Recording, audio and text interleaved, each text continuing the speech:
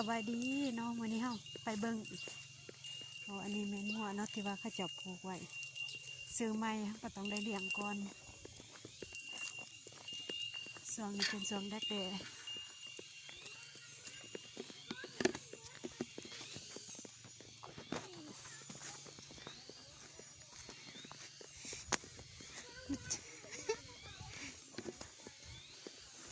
บ่เฮ็ดฮักได้อยู่ไสหลายมันบ่ไงบ่ไสเอาก็ไปเก็บหม่องหลายๆที่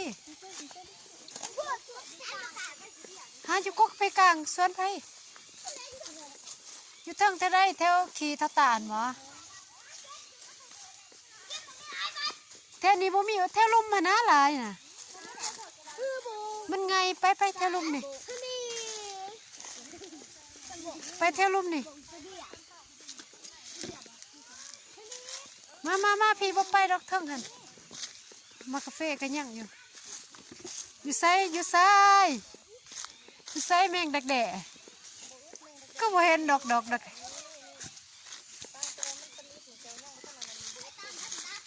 แถวลมพุ่นน่ะหลายน่ะไปนะแถวลมพุ่นน่ะหลายน่ะบ่งกะลายแค่ลุมบ่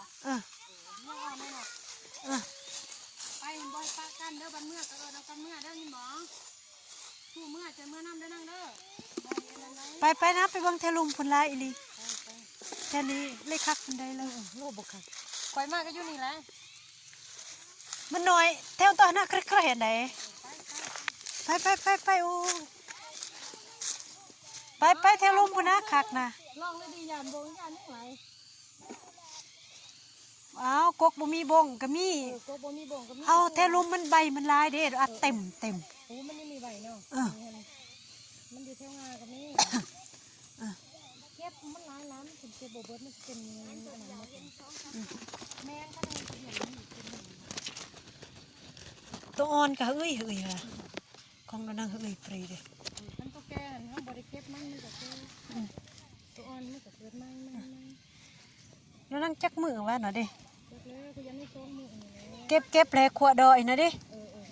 เลยหมดดอกกากมากเลยได้จาน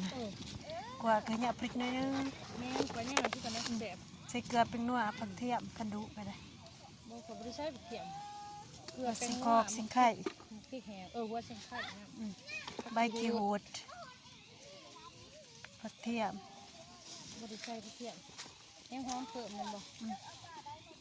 ดอลลี่คิวค่ะตั้งโบคิวนะครับโบใส่กับโบคิวแซ่บตั้งแบบกรอบคักเลยนะครับสมัยใส่แล้วมันหมูน้อยนึงก่อนใส่ขอบใส่กรอบบุอึดแต่แมงเมาไปเบิ่งลุ่มไปตกกระตกเถอะฝนเทลงมาโอ้ในกาแฟกลางนี่ก็มีมันจะว้าวเนาะนี่เอาก่อนส่วนนี้มันส่วนแมงแดดพี่น้องเห็นอยู่บ่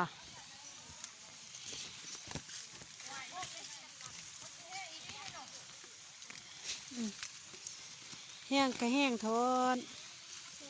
ผักกะเพราหวยโคตรไข่แน่อยู่หรอกบุกคักเป็นได้นะอยู่นี่นะเพราะว่าโบราณกับคือโบราณอยู่เนาะ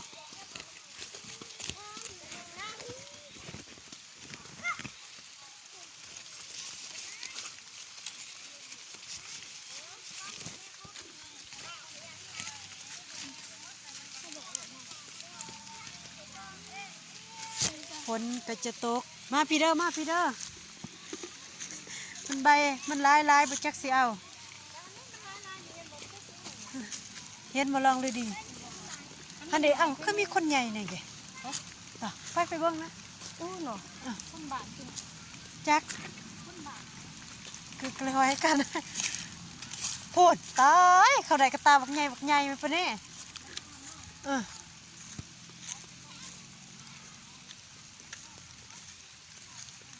ปลากระสมัยตึงฮะโอ้จ้าก็ขึ้นเรือจะบ่ได้ไป ปิมล้นตะเวียกล้นตะเวียก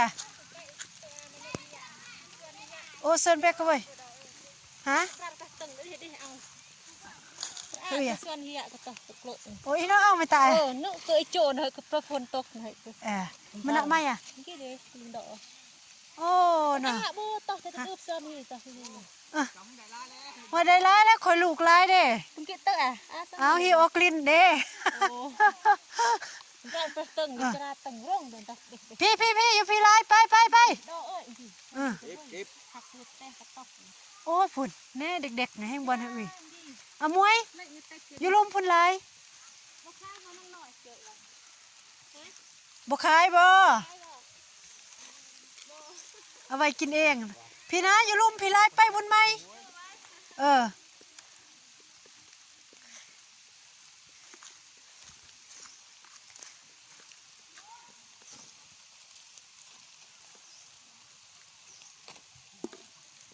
เอาไปใส่หมดแหละพี่มาพี่ไป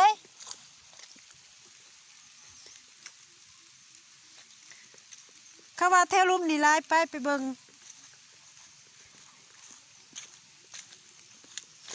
พอส่วงนี่เป็นส่วงที่ว่าแมงแดกพี่น้องบ่งกะลายโอ้ยผุดแมงแดกกะลายแต่ว่าเนี่ยบ่มีก็บ่มีพี่มาพี่โอ้ยลายขนาดนี้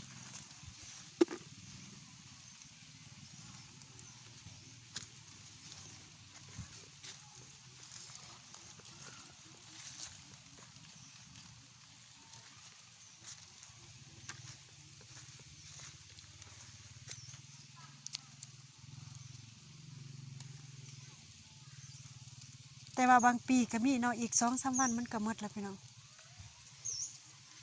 พี่เด้อป้าลายอีลีพี่น้องเอ้ยพุ่นเต็ม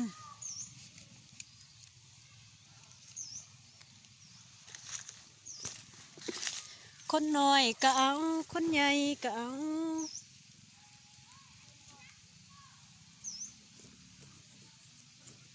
พี่นะแถวนี้มักลายๆหนึ่งนี่บุญไหม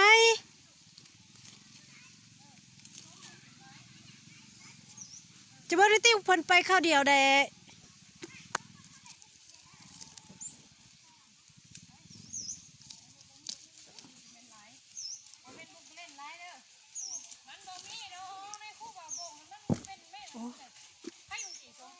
ปิ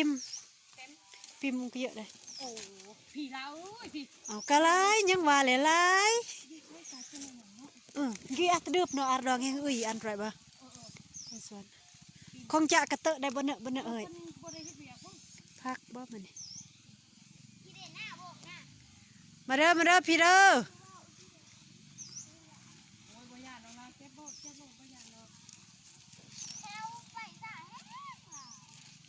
ลายมันกับบ่อนั้นห้องดอกมันบ่ติดห้องดอกมันต้นลายดีขึ้น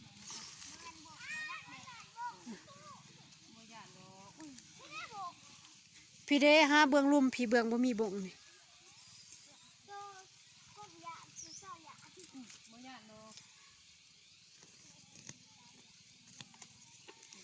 ให้ตะง่ายอันต้นแต่แห้งตำคร่ำแถวน่ะมันลายนั่งมองมาเขาเก็บบ่หมดเนาะเก็บแหล่นี่มายังไงวะคือธรรมศาสตร์ดีเลย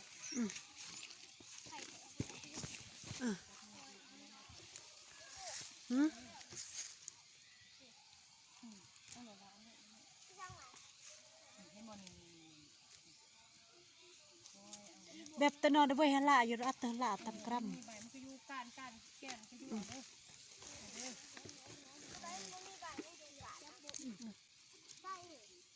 เพราะว่ามันร้ายเราก็อยู่ไปเลย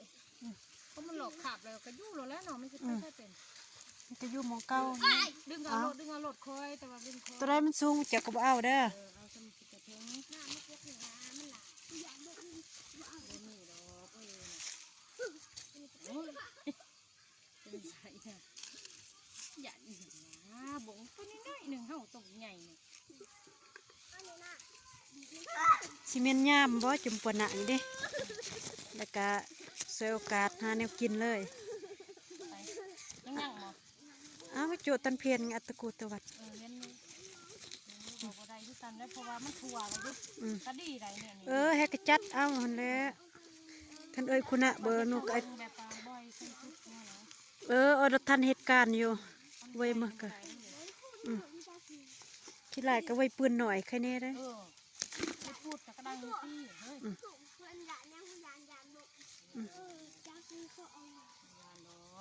มันการนังไฟเอง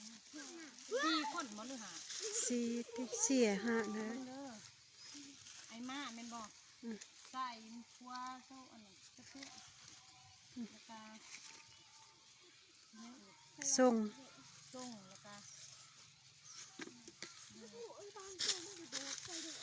แล้วก็หันแล้วเอาทงใส่โหลด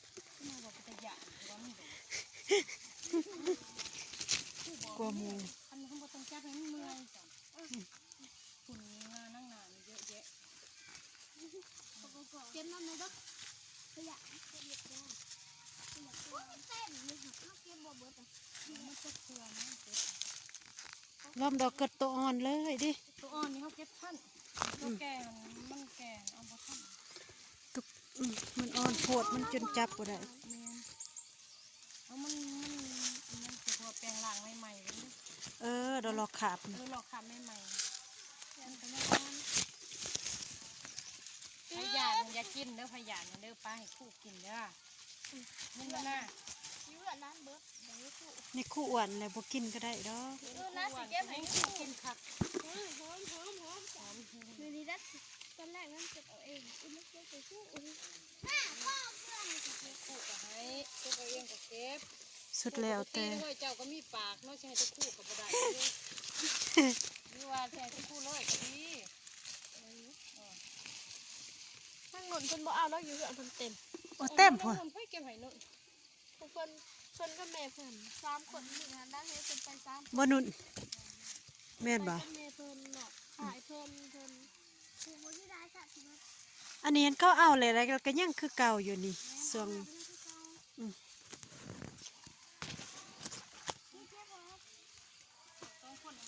คนเบิ่งกันที่เนาะไผบ่ออกได้อีกก็ปล่อยเนาะหมอที่รู้ซื้อได้ได้เลยอันที่การซื้อใหม่คู่ซื้อใหม่ก็ได้แบบเมื่อใส่เวลาวางเป็นประโยชน์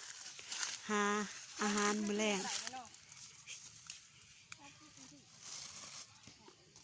พอเป็นอาหารในพ่อแม่ค่ะ